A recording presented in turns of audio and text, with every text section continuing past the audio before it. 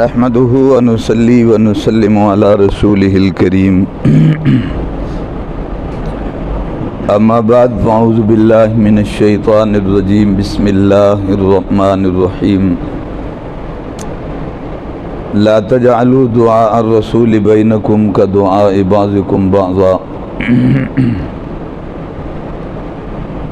وقال الله تبارك وتعالى في مقام آخر اللہ اعلم حیث یجعل رسالتہ۔ احباب کرام تھوڑی دیر توجہ فرما لیں۔ گزشتہ مجلس میں نبوت اور رسالت کے حوالے سے کچھ باتیں آپ کے گوش گزار کی ہیں۔ آج کی مجلس میں بھی اسی حوالے سے کچھ مزید باتیں سماعت فرما لیں۔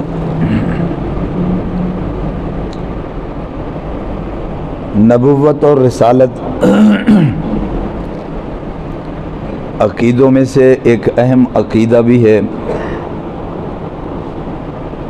پھر اللہ کی طرف سے عطا کردہ ایک بہت بڑا منصب بھی ہے۔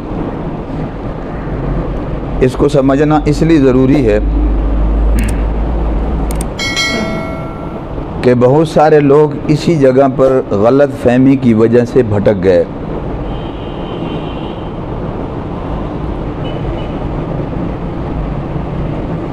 جیسے اگر کوئی کتاب اللہ کو، قرآن مجید کو نہ سمجھے، اس کی حقیقت کو نہ سمجھے،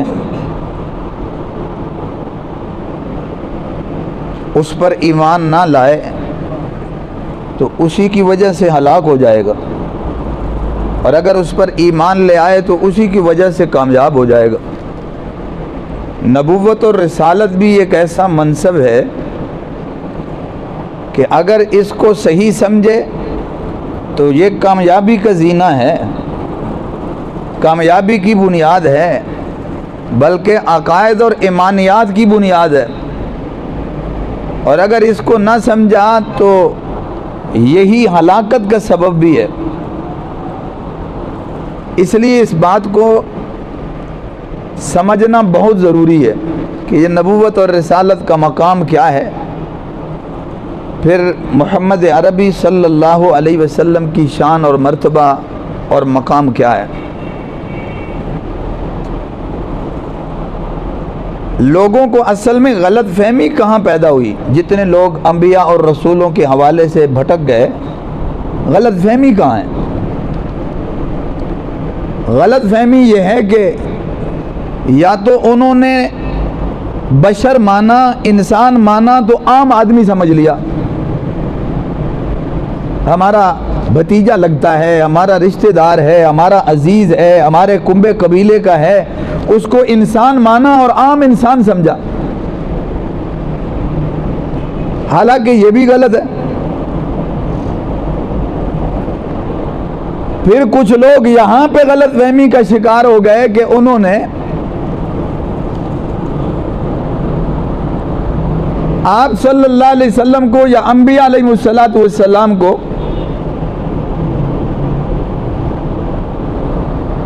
بشریت سے بھی بڑھا دیا، اللہ کے برابر کر دیا۔ عیسیٰ علیہ السلام کی مثال آپ کے سامنے،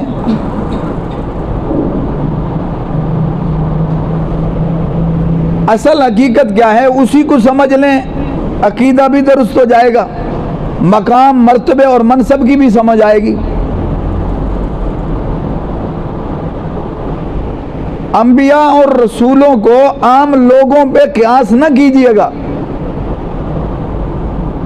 بے شک یہ طے ہے کہ انبیاء اور رسول انسان ہیں، وما ارسلنا من قبلک الا رجالا نوحی الیہم۔ ایک تو انسان اللہ نے انہیں پیدا فرمایا، پھر اللہ نے مردوں میں نبوت کو رکھا۔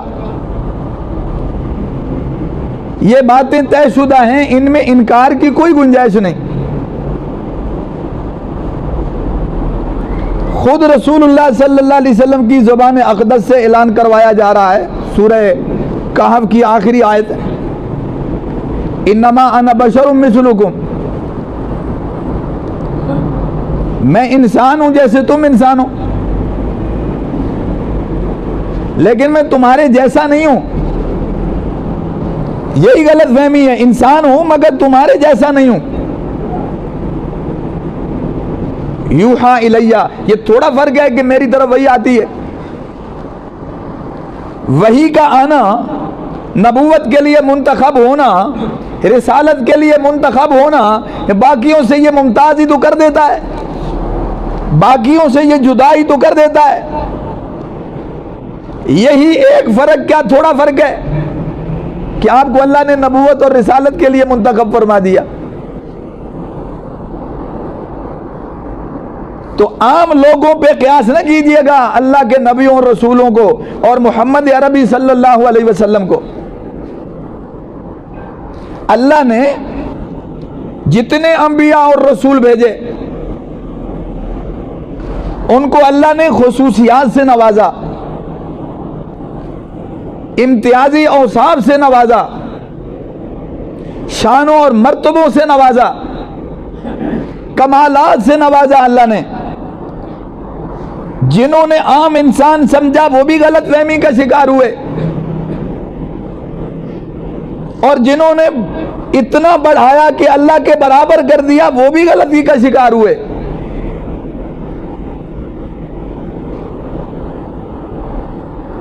انسان مان کر, بشر مان کر, پھر کمالات مانے کہ جو کچھ بھی آپ کو عطا ہوا ہے وہ سب کا سب اللہ کا عطا کردہ ہے.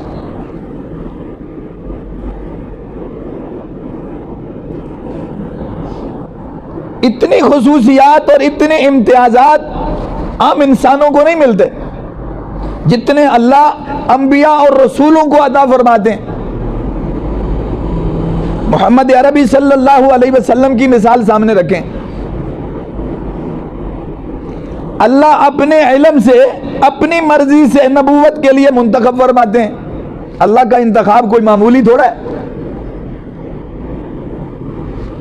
پھر ایسی شان کہ نبوت کے لیے منتخب کرنے کے بعد بھی اللہ خاص اپنی نگہبانی اور نگہداشت میں رکھتے ہیں, حفاظت میں رکھتے ہیں. ہمیشہ آپ معصومیت میں رہتے ہیں. علم اللہ آپ کو دے رہے ہیں, سنقرئک فلا تنسیٰ پڑھا اللہ آپ کو رہے ہیں. پھر آپ کی اخلاقی تربیت بھی اللہ فرما رہے ہیں, روحانی تربیت بھی اللہ فرما رہے ہیں. اتنی نگہداشت اور نگہبانی اور حفاظت کہ واللہ یعصمک من الناس, لوگوں سے تو اللہ حفاظت کر رہے ہیں, دشمنوں سے تو حفاظت کر رہے ہیں. اس سے بڑھ کر بھی فرمایا لولا ان ثبتناک لقد کدت ترکن الیہم شیئا قلیلا, آپ کے دلی جذبات اور میلان کی بھی حفاظت کی جا رہی ہے. ایسا بھی نہیں ہو سکتا کہ اللہ کی وحی کے ساتھ کوئی ملاوٹ ہو جائے. وَلَوْ تَقَوَّلَ عَلَيْنَا بَعْضَ الْأَقَاوِيلِ, اگر بالفرض والمحال ایسا ہوتا تو نبی ہلاک ہو جاتا. ایسا بھی نہیں. پھر ایسی ہستی کہ جن کے بارے میں یہ وضاحت کر دی گئی کہ وَمَا يَنْطِقُ عَنِ الْهَوَىٰ إِنْ هُوَ إِلَّا وَحْيٌ يُوحَىٰ, وہ جو کلام کرتے ہیں, لوگوں سے مخاطب ہوتے ہیں, اللہ کا پیغام سناتے ہیں, وہی سے بولتے ہیں, اپنی مرضی سے نہیں بولتے.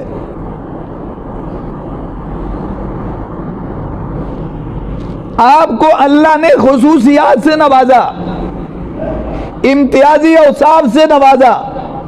آپ عام انسان نہیں ہیں, عام بشر نہیں ہیں. نبوت اور رسالت کے لیے جب آپ کا انتخاب ہو چکا ہے تو پھر اللہ نے آپ کو صلاحیتیں بھی ویسی عطا فرمائی ہیں, پھر خوبیاں بھی اللہ نے ویسی عطا فرمائی ہیں. آپ صلی اللہ علیہ وسلم کی زبان سے کلوایا. یہ آپ کی عام زندگی کا حال ہے. انی ارا ما لا ترون, جو میں دیکھتا ہوں وہ تم نہیں دیکھتے. جس کا مطلب ہے کہ نبی کا دیکھنا عام آدمی کا دیکھنا نہیں ہے.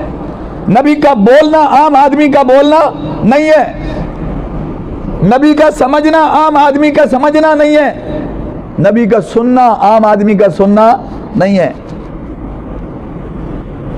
آپ کو اللہ نے کمالات سے نوازا۔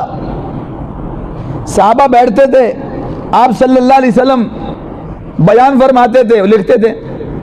کسی نے کہا بھائی تو ہر بات لکھتا ہے، کبھی آپ غصے میں ہوتے ہیں، کبھی آپ خوش طبعی میں ہوتے ہیں، تم ہر بات لکھ کے جاتے ہو۔ غصے میں تو مطلب ہے کہ بات ذرا ہٹ کے بھی ہو جاتی ہے، آدمی زیادہ غصہ کر جاتا ہے، تو ہو سکتا ہے کہ کوئی وہ بات لکھنے کے قابل نہ ہو، کہنے والے کی، روکنے والے کی، مشورہ دینے والے کی یہ سمجھ دی، لکھنا چھوڑ دیا۔ نبی علیہ السلام نے پوچھا بھائی خیر ہے؟ اس نے کہا جی ایسے کہا گیا کہ کبھی آپ خوش طبعی میں ہوتے ہیں اور کبھی غصے میں۔ آپ نے کیا فرمایا؟ انی لا اقول الا حقا، بھلے میں غصے میں ہوں یا خوشی میں ہوں، میری یہ زبان حق کے علاوہ کچھ نہیں بولتی۔ انی لا اقول الا حقا لکھا کرو۔ اس کا مطلب ہے کہ میں خوش طبعی میں بھی حد اعتدال سے باہر نہیں جاتا اور میں غصے میں بھی حق سے باہر نہیں جاتا۔ یہ عام آدمی کی شان تو نہیں ہے، عام آدمی تو ایسا نہیں رہ سکتا۔ یہ آپ کی شان، یہ عام نطق ہے آپ کا، یہ عام بولنا آپ کا، حق سے آگے پیچھے نہیں ہوتا۔ جہاں آپ نے سنانا ہی وہی کو ہو، سنانا ہی حق کو ہو، سوال ہی پیدا نہیں ہوتا کہ ذرا برابر دائیں بائیں ہو جائیں۔ تو لا تجعلوا دعاء الرسول بینکم کدعاء بعضکم بعضا، یہی غلط فہمی دور کرنے کی ضرورت ہے کہ آپ ہیں، بشر بھی ہیں، انسان بھی ہیں، آدم کی اولاد میں ہیں، مگر عام انسان نہیں ہیں۔ آپ کو اللہ نے کمالات سے نوازا ہے، اپنے جیسا مت سمجھیں۔ نہ بڑھا کر اللہ کے برابر کرنے کی ضرورت ہے کہ خالق اور مخلوق میں فرق رہنا چاہیے، عابد اور معبود میں فرق رہنا چاہیے، سوال کرنے والے اور دینے والے میں، محتاج میں اور عطا کرنے والے میں فرق رہنا چاہیے کہ آپ لینے والے ہیں اور اللہ عطا کرنے والے ہیں۔ اور عام بندہ اور عام آدمی نہ سمجھیں۔ آپ قرآن پاک پڑھیں، آپ کو اندازہ ہوگا کہ اللہ جل جلالہ نے آپ کو کن کن خوبیوں سے نوازا ہے کہ آپ عام انسانوں سے کیا، سب انسانوں سے ممتاز۔ اللہ کا قرآن کہہ رہا ہے لا تجعلوا دعاء الرسول بینکم کدعاء بعضکم بعضا، تم رسول کو ایسے نہ بلایا کرو جیسے ایک دوسرے کو بلاتے ہو، جیسے ایک دوسرے کو آواز دیتے ہو، ایک دوسرے کو بلاتے ہو، رسول کو ایسے نہ بلایا کرو۔ آپ کی شان اور ہے، آپ کا مقام اور مرتبہ اور ہے۔ کہیں اللہ کا قرآن کہہ رہا ہے یا ایھا الذین آمنوا لا تقدموا بین یدی اللہ ورسولہ، اے ایمان والو اللہ اور اللہ کے رسول سے آگے نہ بڑھو، یعنی آپ کی بات سے آگے نہ بڑھ جاؤ، آپ کی تعلیم سے، آپ کے حکم سے آگے نہ بڑھ جاؤ۔ صحابہ تو آپ کو ذاتی طور پر بھی آپ سے آگے نہیں بڑھتے تھے اور آپ کی تعلیم سے اور آپ کی بات سے بھی آگے نہیں بڑھتے تھے۔ نبی علیہ السلام اگر مکے میں کھڑے ہو کے پوچھ رہے ہیں کہ یہ کون سا دن ہے، صحابہ کو معلوم ہے یوم النحر ہے، اس کے باوجود کہتے ہیں اللہ عالم و رسولہ، اللہ اور اس کا رسول زیادہ جانتے ہیں۔ کیوں؟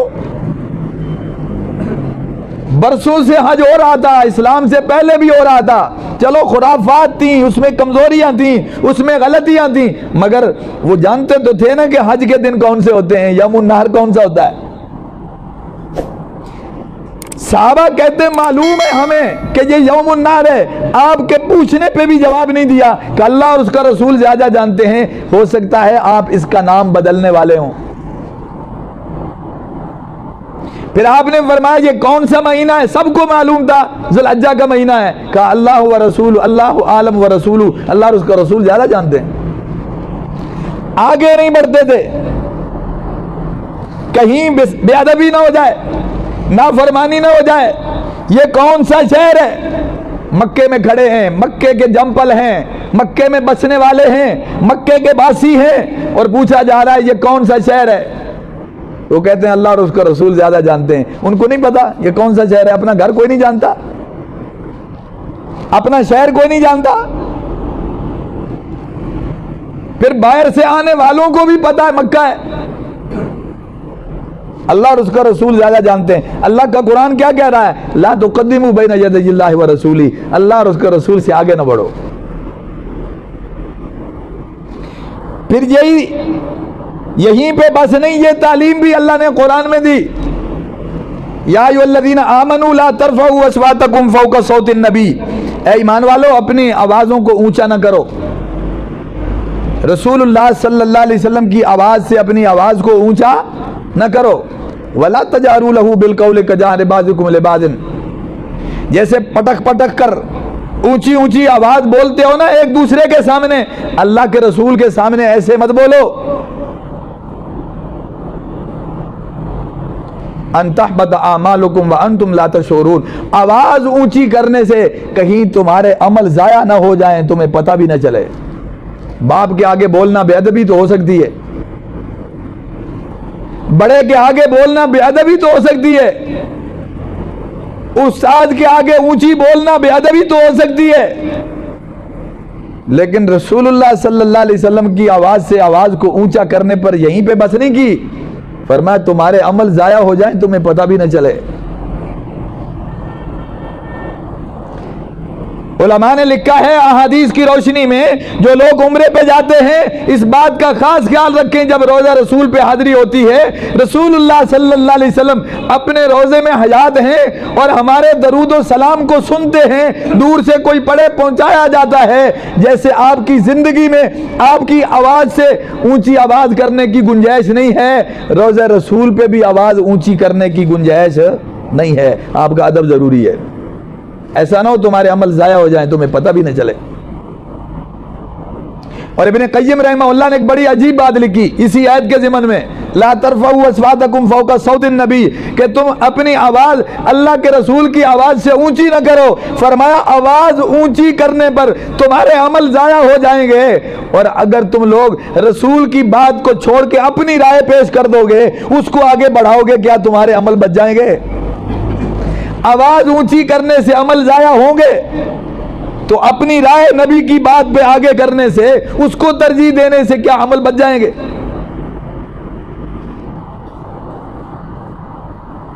پھر اللہ جل جلالہ نے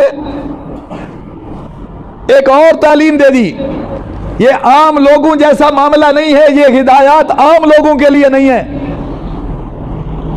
ان الذین ینادونک من وراء الحجرات اکثرهم لا یعقلون، کچھ لوگ آپ کی چار دیواری سے باہر، گھر سے باہر اونچی آوازیں دے کر آپ کو بلاتے ہیں، اے محمد باہر آئیے۔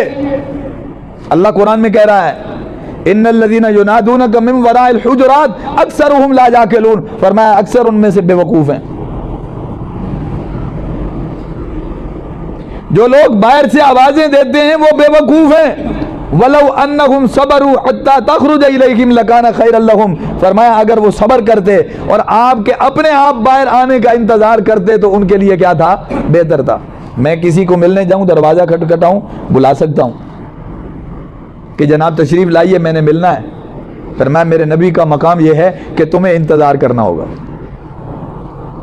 خود سے ان کے نکلنے کا انتظار کرو، یوں آوازیں دے کے بلانا یہ ادب کے خلاف ہے۔ یہ تعلیم دے دی رسول اللہ صلی اللہ علیہ وسلم کی ذات کے حوالے سے۔ تو جنہوں نے آپ کو عام انسان سمجھا وہ غلطی کھا گئے۔ میرے نبی کو چھوٹا بھائی بڑا بھائی مت بناؤ، آپ بشر ہیں، انسان ہیں، مگر کامل انسان ہیں۔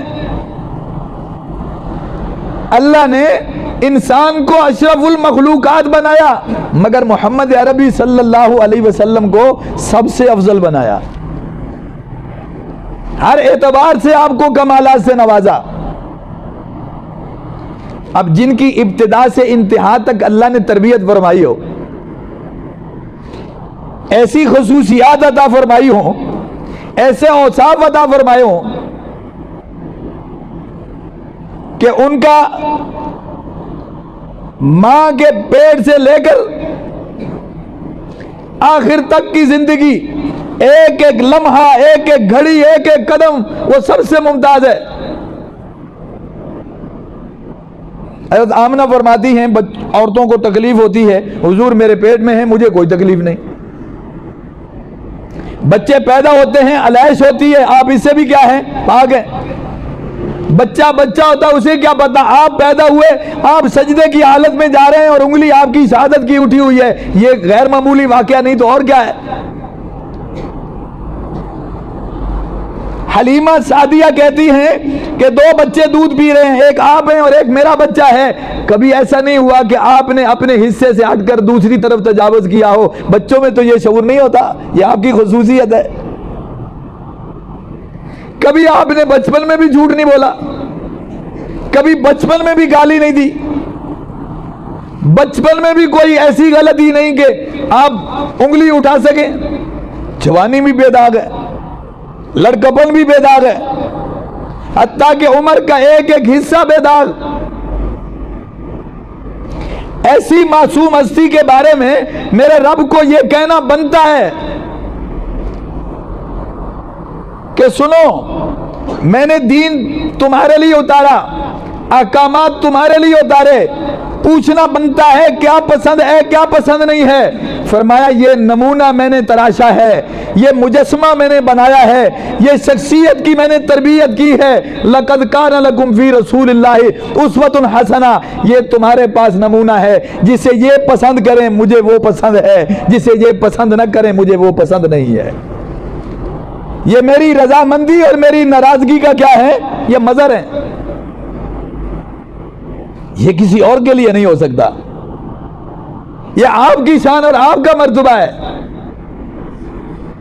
میرے اور آپ کے فیصلے کو کوئی ٹھکرا دے کوئی حرج نہیں، اختلاف ہو سکتا ہے، مگر آپ کے فیصلے کو نہ ماننا کفر ہے۔ فَلَا وَرَبِّكَ لَا يُؤْمِنُونَ حَتَّى يُحَكِّمُوكَ فِي مَا شَجَرَ بَيْنَهُمْ۔ کیوں؟ اس لیے کہ اِنَّا أَنزَلْنَا إِلَيْكَ الْكِتَابَ بِالْحَقِّ لِتَحْكُمَ بَيْنَ النَّاسِ بِمَا أَرَاكَ اللَّهُ۔ ہم نے آپ کی طرف کتاب اتاری اس لیے تاکہ آپ لوگوں کے درمیان فیصلہ کریں جیسے ہم نے آپ کو سکھایا سمجھایا ہے۔ ابن قیم نے یہاں بھی ایک بات لکھی، انہوں نے کہا اللہ نے یہ نہیں کہا کہ بیمار آئی تھا آپ لوگوں کے درمیان فیصلہ کریں جیسے آپ کو سمجھو، ماں نہیں، بما اراک اللہ، جیسے اللہ نے آپ کو سمجھایا۔ کیوں؟ اس لیے کہ نبی کی سمجھ بھی اللہ کی سمجھ کے تابع ہے، اللہ کی ہدایت کے تابع ہے۔ جو اس قدر مکمل ہوں ان کے بارے میں اللہ کی طرف سے یہ بات کہنا بنتی ہے کہ بے شک یہ انسان ہے مگر عام انسان نہیں، اول سے آخر تک اللہ کا انتخاب بھی ہے اور تربیت بھی اللہ کی۔ لہذا قل ان کنتم تحبون اللہ فاتبعونی، اگر تم اللہ سے محبت کے دعوے دار ہو نا تو اس وقت تک تمہاری اللہ سے محبت کا دعویٰ بھی قابل قبول نہیں جب تک محمد عربی صلی اللہ علیہ وسلم کی اتباع نہ کرو۔ اللہ کی محبت اور اللہ کی محبت کے دعوے میں رسول اللہ کو نیچا دکھانا، آپ کی شان گھٹانا، یہ قطعاً قابل قبول نہیں۔ اللہ سے محبت کا دعویٰ بھی قبول نہیں جب تک کہ رسول اللہ صلی اللہ علیہ وسلم کی اتباع نہیں کرو گے۔ اور پھر کتنے کھلے واضح لفظ بول دیے، من یطع الرسول فقد اطاع اللہ، جس نے رسول کی اطاعت کی سمجھو اس نے اللہ کی اطاعت کی۔ تو قرآن کے الفاظ ہیں۔ اس لیے لوگ نبیوں کے کمالات سے بھی غلطی کھا گئے۔ ایسے لوگ آئے جنہوں نے سرے سے معجزوں کو نہیں مانا، اور ایسے بھی آئے جنہوں نے معجزوں کو دیکھ کر ہی تو غلط فہمی کا شکار ہوئے اور ان کو اللہ کے برابر کر دیا۔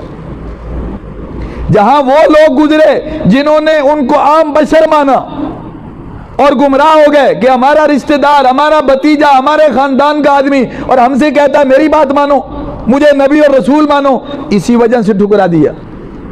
اور کچھ لوگ جنہوں نے کمالات دیکھے تو غلط فہمی کا شکار ہو گئے۔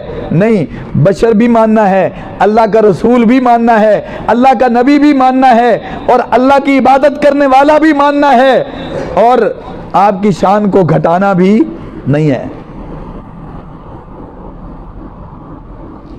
رسول اللہ صلی اللہ علیہ وسلم کو اللہ نے بہت ساری جسمانی خصوصیات عطا فرمائی.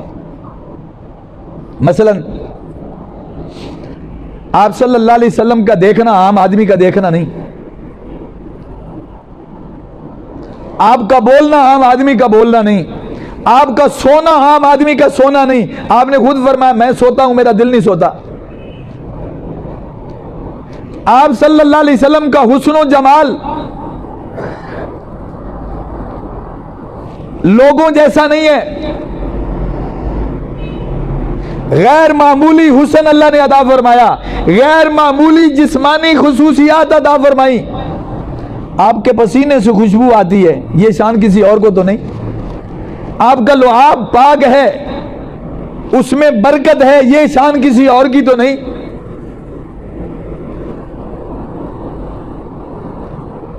آپ صلی اللہ علیہ وسلم بڑے قد والوں میں بھی کھڑے ہوں تو چھوٹے نہیں لگتے، یہ آپ کی شان ہے. صحابہ کہتے ہیں آپ کے سامنے کے دانت احد میں ٹوٹ گئے، کسی کے سامنے کے دانت ٹوٹے عیب لگتا ہے، صحابہ کہتے ہیں آپ کے ٹوٹنے کے بعد پہلے سے بھی زیادہ خوبصورت ہو گئے. یہ آپ کی جسمانی خصوصیات ہے. اللہ نے آپ کی غیر معمولی حفاظت کی، کوئی آپ کو جسمانی نقصان نہیں پہنچا سکا. کل کو یہ ڈینگے نہ مارتے پھرے کہ ہم نے ان کا نبی مار دیا. جہاں بچانے کی ٹھان لی اور طے کر لی وہاں کوئی نہیں بگاڑ سکا، بھلے ہجرت کا موقع ہو یا یہ موقع ہو. اس لیے رسول اللہ صلی اللہ علیہ وسلم کو عام لوگوں پہ قیاس مت کیجیے گا. آپ نے خود فرمایا انا ولد آدم ولا فخر، میں آدم کی اولاد ہوں، میں اس پہ غرور نہیں کرتا. جب آپ کا خاندان ہے، کنبہ قبیلہ ہے، آل اولاد ہے، رشتہ داری ہے، والدین ہیں، ماں باپ ہیں، آبا و اجداد ہیں، آپ انسان ہیں، آدم کی لڑی میں انسان ہیں. انما انا بشر مثلکم، لیکن عام انسان نہیں ہے. شان آپ کو اللہ نے بہت اونچی عطا فرمائی. جس قدر منصب اونچا ہے اس قدر آپ کے امتیازی اوصاف اور کمالات بھی اونچے ہیں. یہ تو ایک پہلو ہے. اگر دوسرا پہلو لیں کہ اللہ نے آپ کو نبیوں سے بھی ممتاز رکھا، نبیوں کے حوالے سے بھی، ان کی مناسبت سے بھی اللہ نے آپ کو امتیازی اوصاف عطا فرمائے، تو یہ ایک الگ موضوع ہے. عام لوگوں کی نسبت تو آپ کو شان عطا فرمائی نا، نبوت کے لیے جو منتخب فرما لی، لیکن نبیوں کے حوالے سے بھی آپ کو ان نبیوں کے حوالے سے مقابلے میں اللہ نے آپ کو بڑی شان عطا فرمائی. اب دیکھیں موسیٰ علیہ السلام کوئی طور پہ جاتے ہیں پھر وحی کا نزول ہوتا ہے. عیسیٰ علیہ السلام عبادت خانے میں جاتے ہیں پھر وحی کا نزول ہوتا ہے. اللہ آپ کو کتاب دیتے ہیں. آپ پر کتاب اتری 23 سال کے عرصے میں، تقریباً 23 سال کے عرصے میں. موسیٰ علیہ السلام کو یکبارگی، عیسیٰ علیہ السلام کو یکبارگی، اور آپ پر قرآن اترا 23 سال میں. اور اترنے کے لیے یہ پابند نہیں کیا کہ آپ یہیں بیٹھا کریں گے، یہیں آیا کریں گے پھر آپ کو کتاب ملے گی. نہیں، آپ غار حرا میں ہیں تو وہی وہاں آ جاتی ہے، آپ غار ثور میں ہیں تو وہی وہاں آ جاتی ہے، آپ طائف میں ہیں تو وہی وہاں آ جاتی ہے، آپ مکے میں ہیں تو وہی وہاں آ جاتی ہے، آپ عرفات میں ہیں، منا میں ہیں تو وہی وہاں آ جاتی ہے، آپ سفر میں ہیں تو وہی وہاں آ جاتی ہے، آپ جنگ میں ہیں، جہاد میں ہیں، وہی وہاں آ جاتی ہے، مکے میں ہیں، مدینے میں ہیں، وہی وہاں آ جاتی ہے. جناب والا آپ اگر احد میں ہیں وہی وہاں آ جاتی ہے، خندق میں ہیں وہی وہاں آ جاتی ہے، حتیٰ کہ آپ اما عائشہ کے بستر پہ ہیں تو وہی وہاں آ جاتی ہے. تو اس لیے پھر سن لیجئے گا کہ نبوت اور رسالت خالصتاً اللہ کا انتخاب ہے، یہ ریاضت، مجاہدے اور عبادت سے نہیں ملتی. پھر اللہ جن کو نبوت اور رسالت کے لیے منتخب کرتے ہیں ان میں وہ اللہ اہلیت بھی رکھتے ہیں، وہ کمالات بھی رکھتے ہیں، وہ خوبیاں بھی رکھتے ہیں. اس لیے انبیاء علیہ السلام بے شک انسان ہیں، انسانی گزرے ہیں، آدم کی نسل میں آئے ہیں، کنبے قبیلے اور خاندانوں والے ہیں، مگر ان کو عام انسان مت سمجھیے گا. یہی غلط فہمی ہے جس کی بنیاد پر سمجھنے میں غلط فہمی ہوتی ہے. اور پھر ان کو بڑھا کر اللہ کے برابر مت کیجیے گا، اس لیے کہ مخلوق ہمیشہ مخلوق رہتی ہے اور خالق ہمیشہ خالق ہے. یہ فرق کبھی مٹ نہیں سکتا.